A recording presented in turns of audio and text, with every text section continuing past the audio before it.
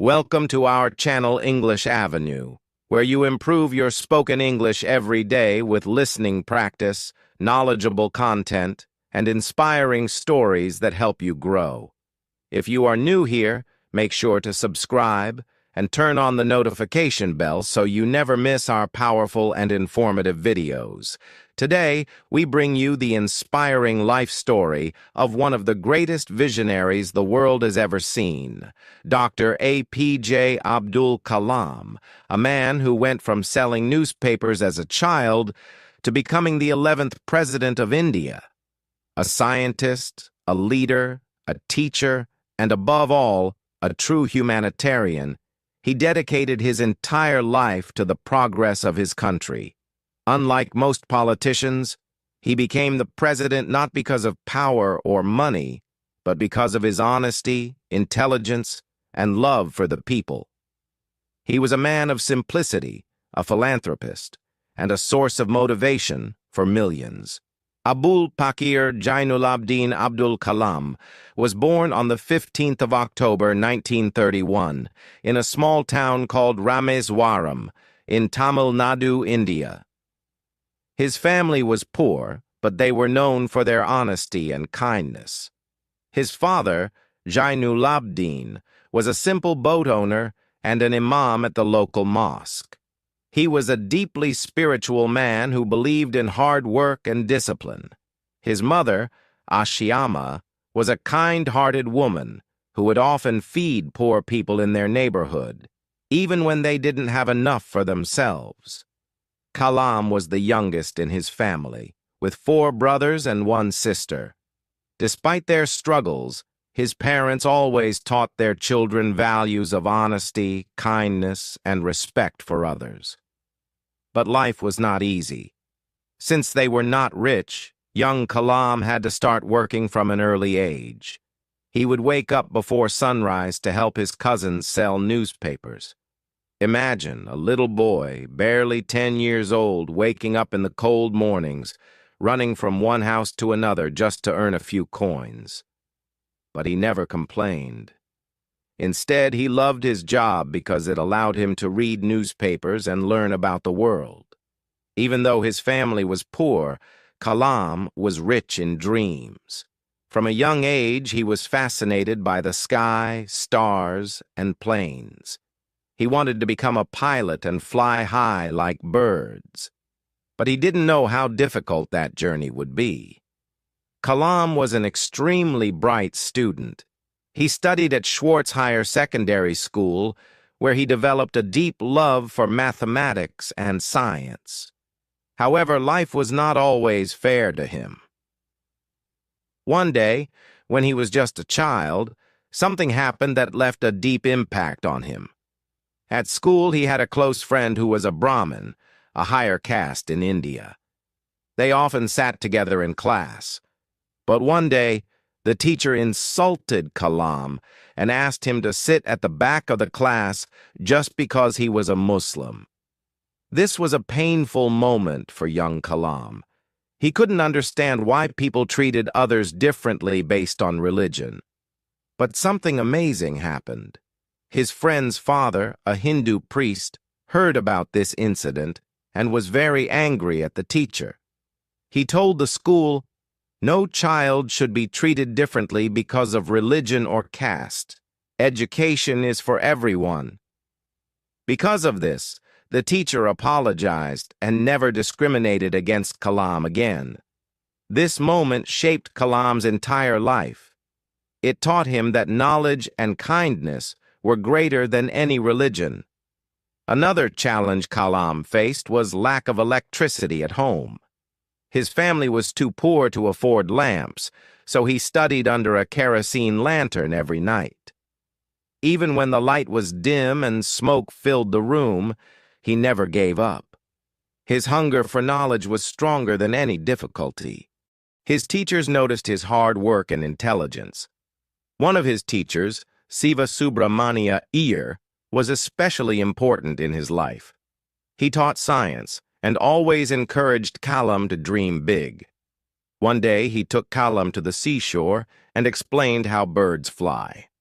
That lesson made young Kalam even more determined to study aeronautics and become a scientist of the sky. Even though Kalam was brilliant, his family did not have enough money to send him to higher studies. He knew he had to work extra hard if he wanted to achieve his dreams, so he continued selling newspapers, helping his family, and studying at the same time. But life tested him again and again. There were days when he had no proper food, no proper books, and no support except for his own determination.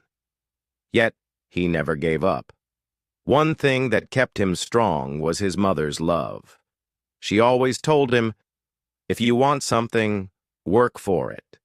God helps those who help themselves." These words became his life philosophy. After completing school, Kalam wanted to study engineering. He knew that if he wanted to work with planes, he needed to learn science and technology. His first step was to join St. Joseph's College in Tiruchirappalli, where he studied physics. Even here, he continued to struggle financially. But he didn't just study for himself. He wanted to help his country, his people, and every poor child who had dreams but no opportunities. And this was just the beginning of his incredible journey. But he knew physics alone was not enough. He wanted to learn about aeronautics, the science of airplanes and rockets. However, life was not easy. His family was still poor, and he had to manage his studies and expenses on his own. He would often skip meals just to save money for books, but hunger never stopped him. While most students complained about studies, Kalam was grateful for every book, every lesson, and every opportunity to learn. He would sit for hours in the library, reading about airplanes, rockets, and the great scientists of the world. Kalam knew that if he wanted to work with planes, he had to study engineering. His dream was to get admission into Madras Institute of Technology, MIT, one of the most prestigious engineering colleges in India. But there was a big problem. The fees were too high. His father could not afford it. For a moment, it felt like his dreams were over before they even started. But then, something incredible happened. His sister Zora saw his pain and decided to help. She sold her jewelry to arrange money for his admission. She told him, "This is not a sacrifice. This is an investment in your future. One day, you will make us all proud."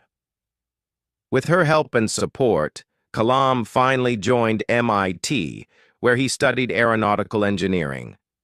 This was the first step towards his dream. But getting into MIT was just the beginning. The real struggle started now. MIT was not easy. The students there were the best of the best, and competition was tough. Kalam worked day and night, trying to prove himself. One day, his professor, Kotahari Narayana, gave him a tough project to design a small aircraft model within a short deadline. He told Kalam, "If you fail this, you will not be able to become an aeronautical engineer." Kalam was shocked and scared, but he knew that this was a test of his future. He worked tirelessly, skipping meals and sleep. Day after day, night after night, he worked on the project. Finally, after many sleepless nights, he completed the project. When he presented it, the professor looked at it, paused, and then said, "You have done an excellent job. This is what I call dedication. Keep it up." For the first time, Kalam felt that he was truly on the right path. But life was not done testing him yet. Kalam's biggest dream was to become a fighter pilot in the Indian Air Force, IAF. After completing his engineering, he applied for the pilot selection test. He was full of hope and excitement. He worked hard, preparing for the toughest physical and mental tests. But when the final results were announced, his heart broke. Out of 25 candidates, only 8 were selected. Kalam ranked 9th, just one position short. He failed. This was one of the most painful moments of his life. The dream he had since childhood, to fly high in the sky, was gone forever. For days, he felt lost and broken. He had worked so hard, and still he failed. He asked himself, "Did I make a mistake? Was I not good enough?" But then he remembered something his father once told him. When one door closes, another opens. If you don't get what you want, it means something better is waiting for you. And his father was right. Kalam decided that if he could not fly planes, he would build them. Instead of crying over failure, he chose a new dream. He applied for a job as a scientist at the Defense Research and Development Organization, DRDO, a place where scientists worked on developing new aircraft and technology for India's defense. His first project at DRDO was to design a hovercraft, a vehicle that could float over land and water. It was a challenging project, but Kalam loved it. He put all his energy into it. At DRDO, he met great scientists and learned from them, but deep inside, he still wanted something more. He wanted to work on rockets and space technology, something that could truly change the world. And then, his life took another major turn. In 1969, after years of working at DRDO, Kalam was selected to join the Indian Space Research Organization, ISRO. This was the biggest turning point in his career. At ISRO, he worked under Vikram Sarabhai, the father of India's space program. Sarabhai saw great potential in Kalam and told him, "India needs bright minds like you. One day you will take our country to great heights."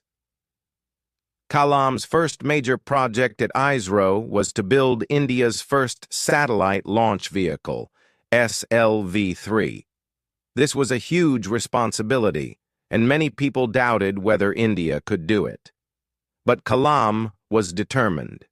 He worked with his team day and night, solving problems, running tests, and making sure every part of the rocket was perfect. After years of hard work, in 1980, India successfully launched its first satellite into space using SLV-3. It was a historic moment, and Kalam was at the center of it all. For the first time, India had proven to the world that it could build and launch its own rockets. Kalam had gone from a small-town boy selling newspapers to a scientist who helped launch India into space. After his success at ISRO, Kalam was asked to lead a new project at the Defense Research and Development Organization, DRDO. His task? To build India's most powerful missiles. At that time, India was not strong in defense technology. Most weapons and missiles were imported from other countries, which made India dependent on foreign nations. The government knew that India needed its own missile system to become a strong and independent country. In 1982, Abdul Kalam was made the chief of the Integrated Guided Missile Development Program, IGMDP. His goal was to develop missiles that could protect India from any threat. He took on the challenge with full energy and dedication. He worked for 18 hours a day, barely taking any rest. His team was small and resources were limited, but his determination was unbreakable. At the same time, other countries were doubting India's abilities. Some Western nations even refused to sell advanced technology to India because they didn't believe that India could develop its own missiles. But Kalam had a different vision. He told his team, "We don't need to depend on anyone. We will build our own technology, and we will make India proud." And that's exactly what he did. Under his leadership, India developed 5 powerful missiles, which made the country one of the strongest in defense technology. These missiles were 1. Prithvi, India's first surface-to-surface missile. 2. Agni, a long-range ballistic missile. 3. Trishul, a short-range surface-to-air missile. 4. Akash, a medium-range surface-to-air missile. 5. Nag, an anti-tank guided missile. Each of these missiles was a huge achievement, but it wasn't easy. The team failed multiple times before they finally succeeded.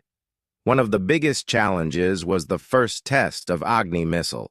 The entire country was waiting for this launch, but at the last moment, a technical failure caused the test to fail. People criticized him. The media questioned his leadership. Many even suggested that India should stop missile development. But Kalam did not lose hope. He told his team, "Failure is not the end. It is the first step towards success." They worked even harder, fixed the mistakes, and on May 22, 1989, India successfully launched the Agni missile. The world was shocked, and India had proved itself as a rising military power. For this incredible achievement, he was given the title Missile Man of India. But this was just the beginning of his greatness. Many people only saw his achievements, but very few knew about the personal sacrifices he made. At one point, when Kalam was deeply involved in his missile projects, his family arranged his engagement to a young woman. The wedding date was set, and preparations had begun. But Kalam was so dedicated to his work that he didn't even attend his own engagement ceremony. His work was everything to him, and he believed that his mission was bigger than his personal life. Eventually, he decided never to marry, dedicating his entire life to India and its progress. Kalam worked tirelessly, sometimes spending days without proper rest. His team members said that he would often sleep in his office chair and wake up just after a few hours to continue his work. He was always the first to arrive at the lab and the last to leave. One of his colleagues once asked him, "Sir, don't you ever get tired?" And he replied, "When you love your work, you don't feel tired. You feel alive." Kalam's genius was recognized worldwide. Scientists from around the world admired his brilliance and dedication. One day, he received an offer from NASA, the world's most advanced space agency. They wanted him to join their team, and they were ready to give him the highest salary ever offered to an Indian scientist. Most people would have accepted such a prestigious job without hesitation.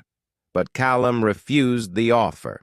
This decision proved that his love for India was greater than money, fame, or comfort. One of Kalam's greatest achievements was the Pokhran-2 nuclear tests in 1998.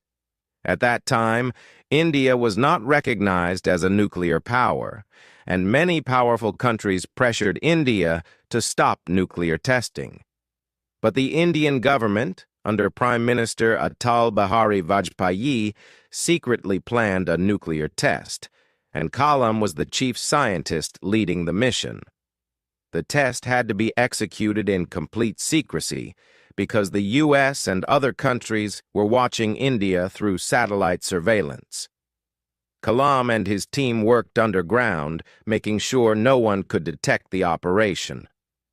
Finally, on May 11, 1998, India successfully tested 5 nuclear bombs in Pokhran, Rajasthan. The world was shocked. India had become a nuclear power. When journalists asked Vajpayee how India achieved this, he proudly said, "The credit goes to Dr. APJ Abdul Kalam and his team." This moment was a turning point in India's history, and it made Kalam a national hero. In 2002, something extraordinary happened. The Indian government decided that Abdul Kalam should be the next president of India. This was a completely unexpected moment. Most presidents before him had been politicians, but Kalam was a scientist. He had never been part of politics, and he didn't have any personal ambitions for power. Yet, the people loved him. They had seen his dedication, his honesty, and his vision for India. So when his name was announced for the 11th President of India, millions of people across the country celebrated with joy. And on July 25th, 2002, he officially became the President of India. This was a historic moment. A poor boy from Rameswaram, who once sold newspapers, was now sitting in the biggest office in the country. Unlike many politicians, Kalam was not interested in power, luxury, or politics. He was interested in the people. Instead of spending time in meetings with politicians, he visited schools and colleges, inspiring young students to dream big and work hard. Wherever he went, thousands of children would gather, eager to hear him speak. He always encouraged them to ask questions, and he answered them with kindness and wisdom. One of his most famous quotes was, "Dream is not that which you see while sleeping, it is something that does not let you sleep." He wanted every child to dream big, just like he had dreamed as a young boy in Rameswaram. Abdul Kalam was not just a scientist or a president. He was one of the greatest motivational speakers in the world. His speeches were filled with positivity, wisdom, and powerful messages. Here are some of his most famous speeches and lessons. 1. My Vision for India, 2003. In this speech, he said that India should not be satisfied with being a developing country. It should become a global leader. He talked about 3 visions for India. Freedom. India should never allow any country to dominate it. Development. India must focus on becoming an economically and technologically advanced nation. Strength. A strong India can only be achieved if the people work hard together. 2. You are the creators of the future. Whenever he spoke to students, he would remind them, you are all born with potential. Never let small failures stop you. Each failure teaches you a lesson. Keep learning, keep growing, and never give up. The power of youth. He always believed that the youth of a nation determine its future. In one of his speeches, he said, "My message, especially to young people, is to have the courage to think differently, to invent, to travel the unexplored path, and to conquer the impossible." These words inspired millions of students, and even today, his speeches are watched and shared across the world. Abdul Kalam received countless awards and honors, both in India and abroad. Some of the most prestigious ones include Bharat Ratna, 1997, India's highest civilian award; Padma Vibhushan, 1990, India's second highest civilian award; Padma Bhushan, 1981, India's third highest civilian award; King Charles II Medal, 2007 UK, for his contributions to science; Hoover Medal, 2009 USA, for his humanitarian work; Von Braun Award, 2013 USA, for his achievements in space science. He was also given honorary doctorates by more than 40 universities worldwide. His achievements were not just recognized in India, the entire world respected and admired him. One of the most incredible honors was given to him by Switzerland. On May 26, 2005, Abdul Kalam visited Switzerland. The country was so impressed by his knowledge, wisdom, and personality that they declared May 26th as Science Day in his honor. Even today, Switzerland celebrates this day in his memory, recognizing his contributions to science and humanity. Even after his presidency, Kalam continued traveling, teaching, and inspiring people. On July 27, 2015, He was invited to give a lecture at IIM Shillong, a prestigious college in India. As he stood in front of hundreds of students, he spoke his final words. "Creating a livable planet for humans is my mission." And just moments later, while doing what he loved the most, teaching students, he collapsed and passed away.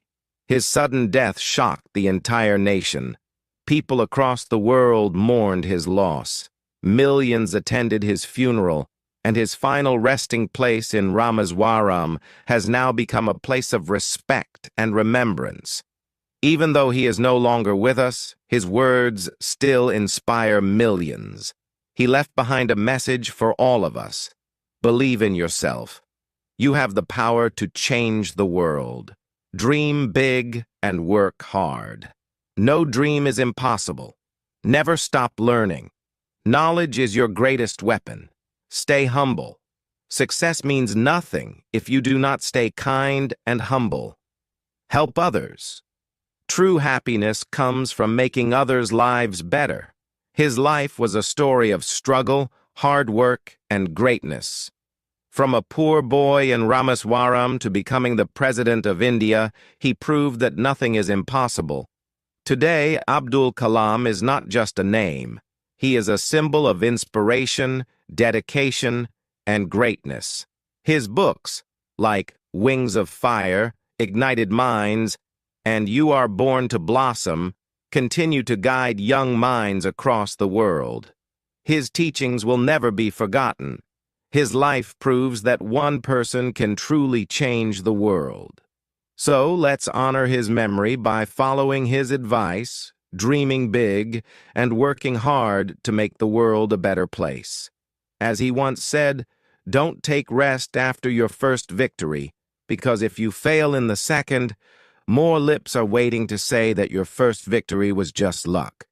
Let's keep moving forward. Let's keep inspiring the world.